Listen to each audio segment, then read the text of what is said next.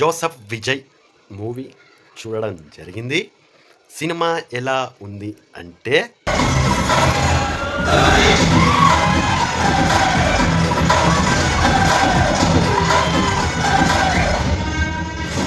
బాలయ్య స్టామినాకి, బాలయ్య యాక్షన్కి, బాలయ్య బాబు డైలాగ్కి విజయ్ ఏ మాత్రం సూట్ అవ్వలేదు, సెట్ అవ్వలేదు.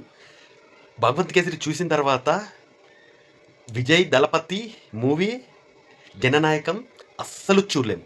ఎందుకంటే Balayya Babu high voltage action, high voltage dialogues, విజయ్ని మాత్రం అస్సలు చూడలేకపోయా. మొదటి హాఫ్ మొత్తం భగవంత్ కేసరియే. మీరు పరిగెత్తుతో ఆడుకునేటప్పుడు నిద్రపోతున్న తాతయ్యని తట్టి లేపారు, వచ్చి నిద్రపుచ్చి ఆ తర్వాత ఆడుకో.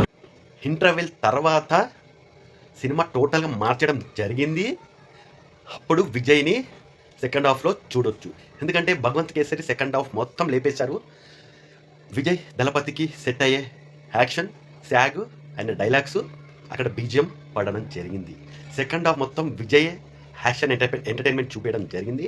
సెకండ్ హాఫ్ మాత్రం చాలా సినిమా బాగుంది. కొన్ని మంచి మెసేజ్లు ఉన్నాయి.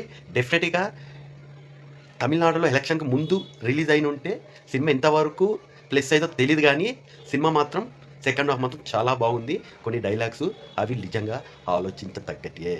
కొన్ని చాలా ఆలోచించి తీసుకోవడంలో, నిర్ణయంలో మనుషులు, మనలాంటి సామాన్య ప్రజలు చాలా ఆలోచించాలి.